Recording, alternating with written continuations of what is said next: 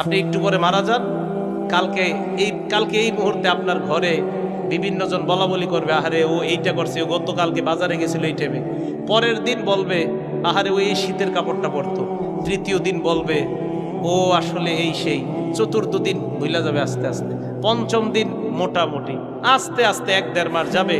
গতি পৃথিবীর মতো চলতে থাকবে, আকাশ আকাশের মতো থাকবে, বাতাস বাতাসের মতো থাকবে। আপনার বন্ধু টন্ধু যারা যার যার কর্মস্থানে সে মতোই করবে, কিন্তু আমি আপনি কবরে থাকতে হবে। এটাই চূড়ান্ত বাস্তবতা। ইমানদারকে যখন বলবে আমি ইমানদারকে সত্যায়ন করলাম, আমার ইমানদার বান্দা যা বলছে সত্য কথা, এই কথা বলার পর আল্লাহ বলেন আফরিশুহু মিনাল জান্নাহ, আমার ইমানদার বান্দাকে কবরের মধ্যে দুনিয়ার মানুষ 3টা পাতলা কাপড় দিয়ে পাঠাইছে। আল্লাহ বলবে আফরিশুহু মিনাল জান্নাহ, আমার বান্দার কবরে আমার বান্দার শরীরে জান্নাতের পোশাক পরায়া দাও। এরা পাতলা কাপড় দিছে, ওকে জান্নাতের পোশাক পরাও। আফরিশুহু মিনাল জান্নাহ, তার কবরে জান্নাতের বিছানা বিছায়া দাও।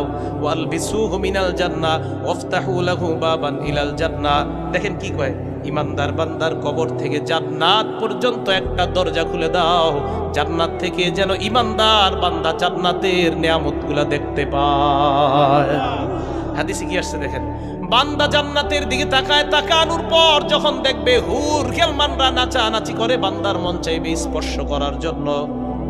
আল্লাহ বলবে থাম থাম, নাম কানাউমাতিল আরুস, বাসর রাতের দুলার মতো ঘুমিয়ে যা। লা ইউকিজুহু ইল্লা আহাব্বা আহলিহি, যাকে তার প্রিয়তমা ছাড়া অন্য কেউ ডাক দেয় না।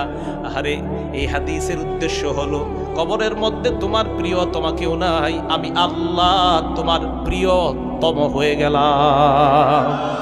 আল্লাহ প্রিয়তম, আমি কিয়ামতের মাঠে তোমাকে উঠাবো। ঘুমাও ঘুমাও।